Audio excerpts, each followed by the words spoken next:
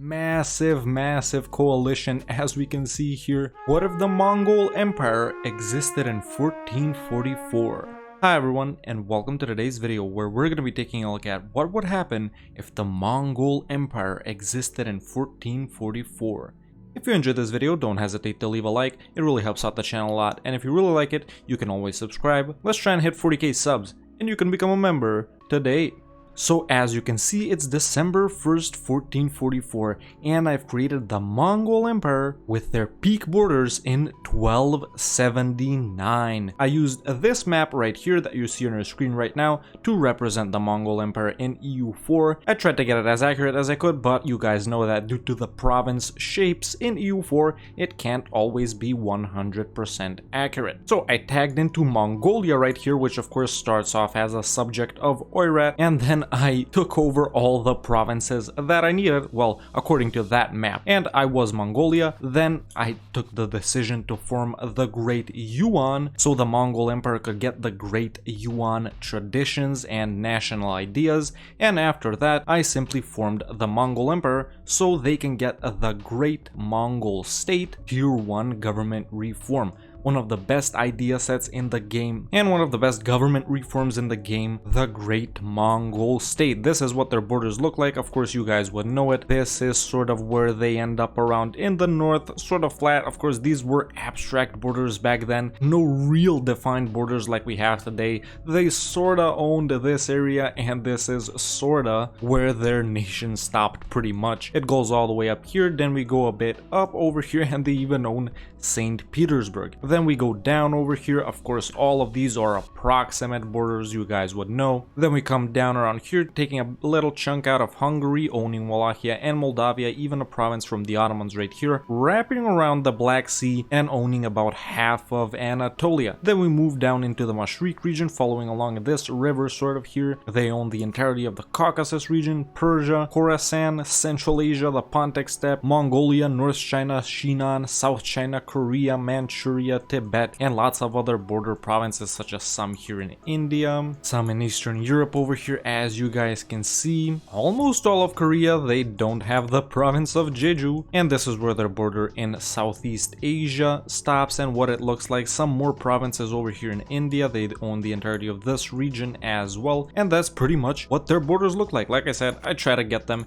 as accurate as I could. This is a little indicator of what their province borders actually look like, what their empire actually looks like in contrast to the other nations. Here it is in green as well. They do have some tributaries right here that they got due to them annexing Ming, but they haven't released any vassals, and they won't be releasing vassals because I gave them governing capacity. In this screen we can also see that they've allied the nation of Sibir right here, which popped out after I annexed half of Uzbek. They also have claims on Taiwan over here, some more claims down here in India, claims in the rest of the Mashriq region, claims in Anatolia, some in Poland over here, and in the Novgorod area as well. These are the provinces that they desire right now, so they will be going for conquests quite a lot. We can see a bunch of provinces in India, some in Southeast Asia, even provinces in Japan.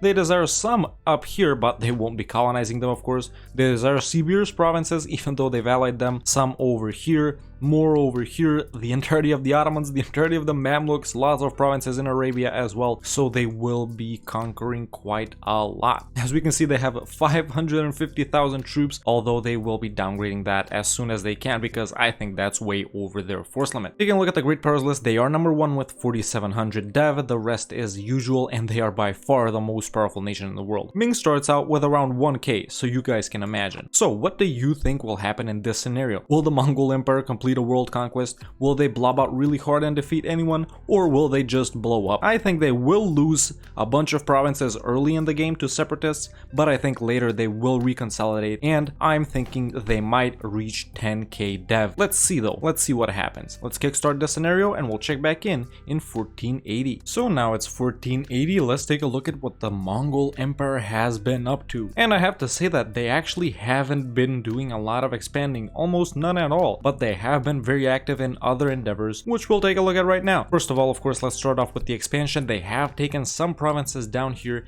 in Southeast Asia, namely these couple of provinces from the nation of Mong-Yang. Now, you would be surprised that they haven't been doing a lot of conquests since they're a horde and all, right? But they actually have been declaring other wars and getting nations to be their tributaries. Big nations too. Of course, you guys know that they started out with these guys down here as tributaries, but they've also made these nations over here tributaries, even Bengal, which is a pretty powerful nation, and some more tributaries over here, like Sirhind, Sindh. Going over to Arabia, they have another tributary right here, the nation of Hormuz. Of course, there was other smaller nations here too, but Hormuz seems to have beaten them all up, and they are a tributary of the Mongol Emperor. Going over in the western portion of the world, we can see that QQ and AQ are also their tributaries, and most interestingly, the Ottomans are also their tributary, the most powerful nation that they have as a tributary.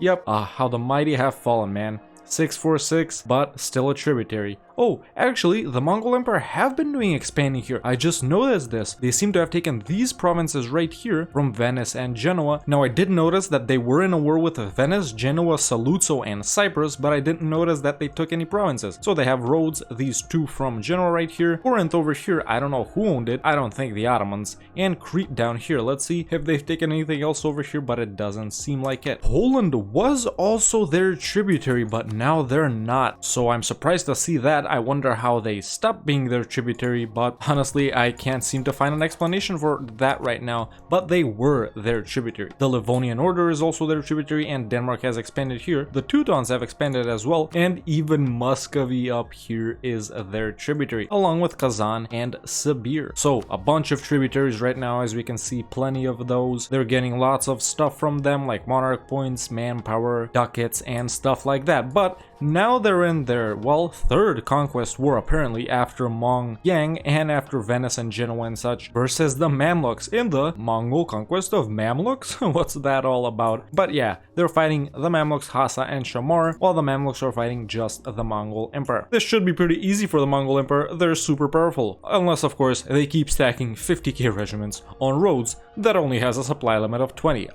Well, at least their sprites are nice. So now it's 1530, and let's take a look at what the Mongols have been up to. Once again, not too much expansion, but they actually have been expanding more than last time. So as we know, last time they were in a war with the Mamluks, and in that war they seem to have taken these two provinces over here, along with this one down here for some reason. Oh well, I'm not gonna judge. Hey, going over into the western portion of Europe, we can see that they've expanded over here as well. Now, they didn't own these provinces right here at the start, these 6, so obviously they've taken those from Poland or whoever was here. This is a good game for the Teutons, by the way. And they actually just got done with a war versus Denmark. Have they taken anything? It actually doesn't seem like they've taken anything, but they've made Denmark a tributary, and that's pretty much the most that they have been doing in these wars. Now, due to them tributarying all these huge and powerful nations, of course, that is a lot of aggressive expansion, and this is what that aggressive expansion has brought onto them. We can see a couple of nations over here in India are in a coalition against them, like Gujarat, Malwa, Jaunpur, and Bengal. Maybe some smaller ones that I can't see too. Going over here, the Mamluks, Aniza, Medina, and Dawasir are in a coalition against them. So are the Ottomans. So is Venice, and Hungary, Bohemia, and even Denmark and Sweden are about to enter that coalition. Yes, even these northern HRE nations, even Aragon maybe. No, not Aragon, but it is looking huge already. Taking a look at that coalition, we have around 10 members in it. So all the nations that I listed, and all of these guys are going to be joining it as well. And these guys are about to be a whole lot of angry because they just tributaried Denmark. And look at all the tributaries that they have. So they're playing in a style that I completely didn't expect. I thought they would just blob out and conquer everything, but it seems that they are focusing on getting tributaries. And let's take a look at the provinces that they desire. So once again, some in India, the entirety of the Mamluks, and some provinces over here. So it seems that they're focusing on tributarying nations, just like I said. They have grown in dev by around 200, as we can see, almost 200. Let's see which ideas they've picked. So they've gone with humanist and offensive. Not a bad pick for a horde. I I have to say. They could have gone better, sure, but this is a pleasant surprise.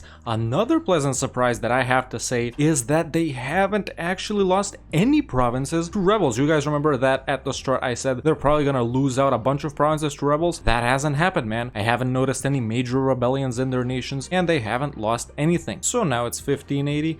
And the Mongol Empire has finally been expanding. I guess they got tired of tributaries a bit. Let's start off in Southeast Asia, where they have conquered some smaller 1 to 5 province minors over here in this region. Of course, I can't remember the names of all those nations, but the Sipa and Husenwi and other names that you're gonna comment how I'm mispronouncing and nations like that. So they have expanded over here in this region. Some other nations are also their tributaries like Daiviet and Lanna, but they haven't tributaried these other guys here. They've also expanded over here in this region as well, taking out some smaller nations. No wars versus bigger nations, though we can see that Bengal is still alive, by the way. And yeah, they've just been picking off small nations, particularly in this region. They also full annexed their longtime ally. Well, they stopped being allies like maybe 50 or 60 years ago, but they finally annexed Sibir, which was right here. I think there was an opium Kazan somewhere around here. They're gone. Either Muscovy or the Mongol Empire took them. They also had Lithuania as their vassal this time, not a tributary, by the way. They were somewhere around here. Very small nation, probably like 5 provinces, and they seem to have annexed them as well. But they have grown here too, taking these 3 provinces from, well, I don't know who. Maybe it was Bohemia, maybe it was the Teutons, maybe it was even OPM Poland right here. They have expanded into the Ottomans as well, because the Ottomans, they stopped being their tributary quite a while ago, and this is their tributary situation, by the way. So Denmark is also not their tributary anymore. The Ottomans aren't. Yeah, they've lost a couple of tributaries. I guess that is what has driven them to expansion, but they have taken provinces from the Ottomans right here in this region. I would say about 7 or 8 provinces total, and now the Ottomans are suffering at the hand of Austria as well. That coalition, by the way, it didn't fire. They didn't declare on the Mongol Empire. Oh, they chose Sunni as their syncretic faith now? I thought it was Confucian earlier. I guess they swapped. Either way, this is their aggressive expansion right now, so no one over here is mad. I guess they conquered these nations a while ago, but these guys over here are still mad because that war with the Ottomans was just recent. So it's 1625 and I had to stop 5 years early because the Mongol Empire, well, they finally got coalition by this massive coalition, as we can see here. Idar, Hadramut, Kedah, Brandenburg, Magdeburg, lots of HRE nations, the Pope, Savoy, Milan, Austria, the Palatinate, Dithmarschen, Bangladesh, Verdun, Bayreuth. This is what that coalition looks like. Some nations in India, a couple of small guys, even some nations in Southeast Asia, the Mamluks, a big player, Mahra right here, Makuria, Austria, their biggest opponent, a pretty big Savoy, Milan, a pretty big Pope, lots of other northern HRE nations, and this is looking like a pretty big war. As we can see, large portions of their land are being occupied. I actually am gonna let it run while I talk to you guys here. They've occupied Anatolia as well. Not a lot of occupation over here, but they have started pushing into the Russia region, even advancing into the Tibet region. Even Pasai is sieging down their capital of Khanbalik, or Beijing as it used to be called. So this isn't looking like it's gonna be very good for the Mongol Empire. They are fighting so many nations. They already have a negative 24% war score. Here I am as the Mongol Emperor. Of course, I'm not unpausing or anything like that. I don't want to influence the events going on, but I just wanted to take a look at this war screen right here where it's just the Mongols versus all these other nations. And by the way, look at how much lag there is. Let me just cancel this state button. Ah, much better. There we go. So they have half as much infantry as the coalition, a little more cavalry than the coalition, and once again half as much artillery as the coalition. But the coalition has lost almost 1 million troops, with about half of them coming from attrition. Whereas the Mongol Empire, they've only lost about 250,000 and only 40,000 from attrition. So it looks like all this walking around in these vast expanses of land is hurting the coalition quite a bit. But if they engage in direct battles, I think the Mongol Empire could possibly win, even though they have about half as much total units as the coalition. And they have quite a bit of manpower too, as we can see, about 130,000. Let's check their economy situation while we're here, and oof, they are losing about 100 ducats a month. so that's not very good. There we go, we are observing again, so I can unpause once again and let this war roll. But that's what's going on right now, man. Is this the end of the Mongol Empire? I don't think so. Even if they do lose this coalition war, they will get back up on their feet. Meanwhile, they have been doing some more conquests over here versus the Ottomans, some more conquests in India as well. And that is pretty much where they've been expanding, in addition to over here a little bit. So now it's 1680 and a lot of stuff has been happening. So let me start off with the last time we checked in, where the Mongol Empire found themselves in a huge coalition versus a lot of other nations. That coalition war fired, of course, you guys already saw it. It ended in white peace. But since that coalition war, the Mongol Empire has been going crazy and conquering a ton of provinces. As we can see over here in eastern India and Southeast Asia, well, they've said, hey, I don't want tributaries anymore, I want your land. They've been expanding here even more. They've taken almost the entirety of the Burma region over here, and they've started pushing well into India. A few octopus tentacles going around over here, around Jaunpur and Andhra. They even have these provinces down here that they've taken from I don't know which nation, this province over here, and they've expanded over here quite a lot as well. As we can see, all of these nations are pretty angry at them. Moving over to this region, they have conquered even more provinces over here from the Mamluks, from AQ, maybe some other nations that were located here. The Ottomans, I think the Ottomans are gone. The Mongol Empire have even taken Cyprus after a couple of wars versus them, and this is where the Mongol Empire border with Austria is located. This is what it's looking like, and Austria are their biggest rival right now. They have been expanding over here in this region as well after a couple of wars with Sweden. We can see that they have taken about half of Finland, and if we take a look at their diplomatic situation, these are their tributaries. Now, they tributaried Sweden so many times, they had such high dev, and they just got out of another massive coalition war with all of these nations. Look at that. We can see all of these nations that are almost red, super orange. All of those nations were in a coalition with them. So almost the entirety of India, the Mamluks over here, some other nations such as Makuria and Yemen were in it too. Austria, the biggest rival, of course, Denmark, Sweden, lots of HRE nations. Once again, it ended in white peace. As we can see, that truce is about to run out in about 2 months. Let's take a look at their ideas: humanist offensive trade, defensive economic, and espionage, of course. I knew they had to let me down at some point, but their previous picks were pretty good. So now it's 1730 and there has been a lot more expansion from the Mongol Empire. Once again, let's start off in Asia, where we can see that they have taken one province from Japan. I don't know how this happened. I missed that war, but they've taken a province from Japan, Iwami right here. Will they be doing what the Mongols couldn't historically do? Let's wait and see. Oh, actually, they've also taken Tsushima. So I guess those guys in that video game, yep, they failed. Either way, French Taiwan. Historically accurate. They've also taken a few provinces over here in the Philippines, these 3 it seems like, and they have been expanding even more over here, taking some more provinces in Southeast Asia, more provinces down here in Burma, and I think they've also been expanding over here in India, not sure, but if they have, it's probably like just a few provinces. They don't look too different to me over here. Wait, what's Sweden doing here? Sweden? They're at war with Vijayanagar. In the Vijayanagari Jaunpuri imperialist war. Are they actually allied? Who's allied to who then? Jaunpur is allied to Sweden. Wonderful. Either way, I don't think there has been expansion over here, so moving over to Arabia, where we can see massive expansion. They've taken a bunch of provinces over here from the Mamluks, obviously. More provinces over here. I think the Mamluks own these as well. And Hormuz was right here. It seems that they have full annexed Hormuz. Now, they actually owned this for some reason, while Hormuz still existed, so I don't know who they fought to get this province, but they have annexed these provinces as well. Going over to Europe, they have expanded over here in southern Greece a bit more, taking these provinces from obviously Austria. And going up north, we can see massive expansion. Muscovy is gone. Some other nations over here, they're gone. Denmark's possessions here, they're gone. Of course, Riga surviving as always, but that's because they're a tributary. Otherwise, they would probably be gone too. The Mongol Empire also has the entirety of Finland, and they've started pushing into what was Norway and Sweden as well, taking these provinces and sort of encircling this little Swedish protrusion right here. And this is what they look like right now. Of course, more coalition wars, of course, more white pieces. This is everyone they have a truce with. They haven't been losing anything in these coalition wars, and I don't know if they've been winning them, but so many nations are angry at them. So many nations can join the coalition, and we'll have to see what's up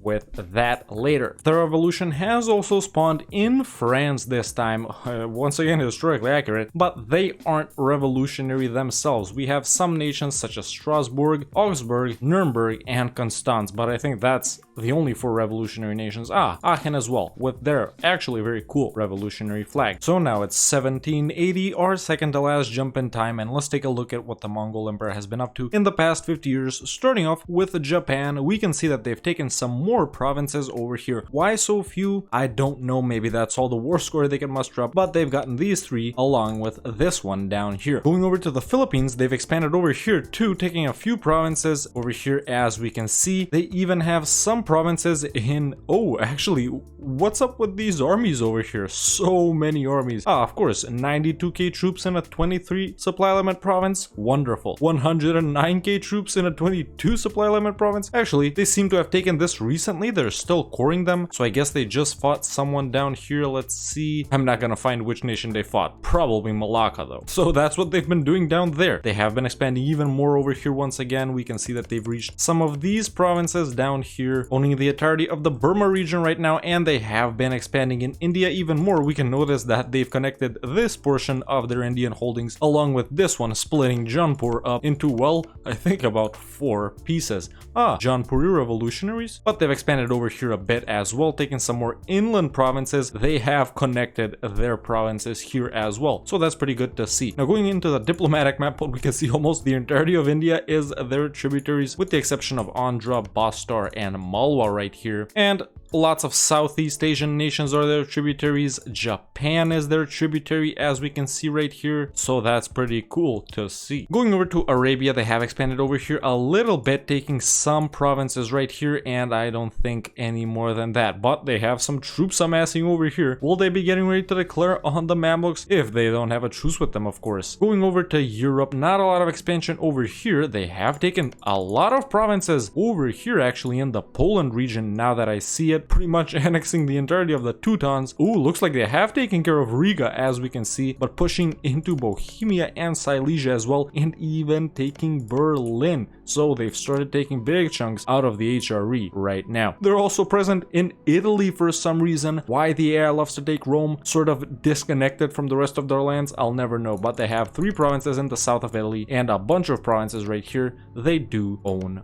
Rome. Going up into northern Europe, they have conquered even more of Denmark and Sweden. Sweden is down to just these 4 provinces right here. They're even close to Stockholm. Denmark is tiny now. Sweden is even tinier. What's gonna happen next? Who knows? Not me. Not me. And a lot of nations in Europe are revolutionary. Most notably, France, Austria, and Castile. No Spain this game, huh? So now it's January 3rd, 1821, the end of this scenario, where we created the Mongol Emperor at their peak borders in 1279, but in 1444. Of course, you all saw the beginning of the video. You know what their borders look like. Let's take a look at everything they've accomplished. Starting off in the far eastern portion of Asia, we can see that they've taken these provinces along with some other ones from Japan, and that has been pretty much the extent of their conquests there. They didn't even take Nivik. Funny. In Southeast Asia, they've consolidated a big portion, owning the entirety of Burma, reaching down into Indochina and Malaya as well, owning a big portion of Malaya, actually, even the tip right here. They also own about half of the Philippines, this island right here apparently, Sula. Nice. Going over to India, they own, I would say, a little less than half of India, owning pretty much the entire western coast, a big portion of the eastern coast. Bengal seems to have popped out of here. Oh, they're a vassal. They're getting annexed. They do have a couple of vassals, which will check in, like the Pope, for example, soon. But this is what they own in India. Going over to Western Asia or the Middle East, they own almost the entirety of the Arabian Peninsula. The Mamluks hold the rest of it, along with Hejaz, and they even have a province in Africa right here, which they took earlier from I don't know who. To their north, they conquered Sibir. They even tributaried Muscovy and conquered them later. They own the entirety of Finland and almost the entirety of Scandinavia as well. Mongol, with the exception of some Danish provinces over here and an OPM Sweden. I actually was wrong about saying that this was their only province in Africa, because they seem to have taken these provinces over here. Now, these late conquests that they did in the last 50 or 100 years, I really don't get them. But look at this. Mongol Iberia right here. Mongol Iberia right here. They own the southern portion of France and a big portion of Italy too. They even owned Rome earlier. They don't own it now, but they own this portion of Italy. Oh, by the way, they do own Rome indirectly because the Pope is their vassal. Oh my god, they must have released them, but that's understandable in this late game. It's hard to keep up with GovCap, you know what I'm saying? Either way, they also conquered the entirety of Anatolia, a big portion of southern Greece right here. They even own Constantinople. Wallachia they started out with, but they've taken some provinces in Cilicia and Thrace as well. They've conquered the entirety of Poland, pushed well into the HRE and northern Germany, getting as far as Paderborn over here. They conquered all of these provinces over here, all of these ones up here, and this is what they look like right now. Crazy aggressive expansion with pretty much the entire world. Everyone would join a coalition with them if they could. They fought numerous coalition wars, didn't lose a single one, by the way. They either won them or it ended in a white peace, but this is what it looks like. Going into the diplomatic map mode, we can see their numerous tributaries, like in the Philippines here, in some islands down here, everyone in Southeast Asia, Ayutthaya, Dai Viet, lots of nations in India, Vijayanagar, Delhi, Bengal, some other nations over here. Not all of them though, not all of them. Japan is their tributary, even though they have claims on the entirety of Japan. Nivik up here, shout out Nivik. Hijaz is their tributary. The Mamluks were at one point. Aragon is their tributary. The Ottomans were their tributary at one point. Muscovy too, Sweden, Norway, Denmark. Poland was their tributary. They never got Austria to be one though. Like I said, Aragon, the Pope is their vassal. We got Milan, that's their vassal. Revolutionary France is a tributary of the Mongol Empire, along with Switzerland, Brandenburg, Denmark. They took humanist offensive, trade defensive, economic espionage, admin, and quantity. So really only one bad idea group pick, espionage. And let's take a look at the rest of the world. This is what this portion looks like. We have Australia, an independent nation. They're allied to Castile. Some other stronger nations here, like Malacca, for example. Nothing too strange in India, apart from the Mongol Empire. Everything else is as usual. Basically, what I'm trying to say is 3 or 4 big nations emerging. Here we have Andhra, Jaunpur, Vijayanagar, Delhi, and Bengal. In Africa, nothing is too strange. We have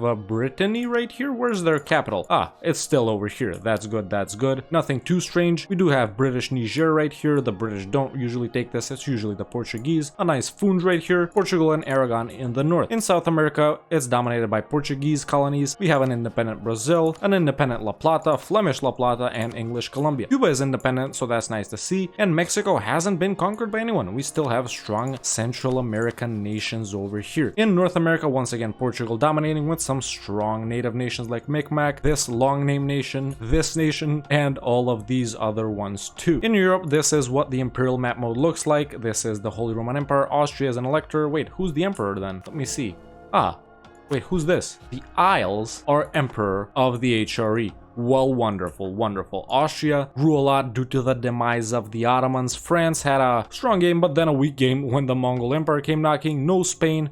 Portugal. An alright Pope, who's a vassal. Revolutionary Milan. The Italian flag. And that is pretty much what the world looks like. Going into the religious map mode, not too much changes. Of course, they aren't gonna be converting their Tengri, so pretty much the entire world has its usual religious makeup. Not a very strong Reformation, but nothing too out of the ordinary. This becomes Catholic, we all know that. Anglican due to Britain, Anglican due to Britain, and yeah, nothing too much out of the ordinary. Oh, I guess they have been doing some converting here after all. Going into the culture map mode, no real expansion of the Mongol culture, I don't think so at least. These are the provinces I colonized for them and all the other cultures that become Mongol once they pass a certain mission and stuff like that, and I don't think I can see anything too strange in the rest of the world either. The culture map mode looks pretty standard, to be honest. In the Great Powers list, they're number 1 with 12,780 dev. I was doubting if they would even break 10, my initial prediction. Like you guys know, they started off with 4,700. Then we have Portugal, Great Britain, Austria, Malacca, Castile, Funj, and the Mamluks, and they are a military hegemon. Going into the ledger, they do have the biggest army with over 3.7 million troops. I think that's the biggest army we've seen in these what if videos so far.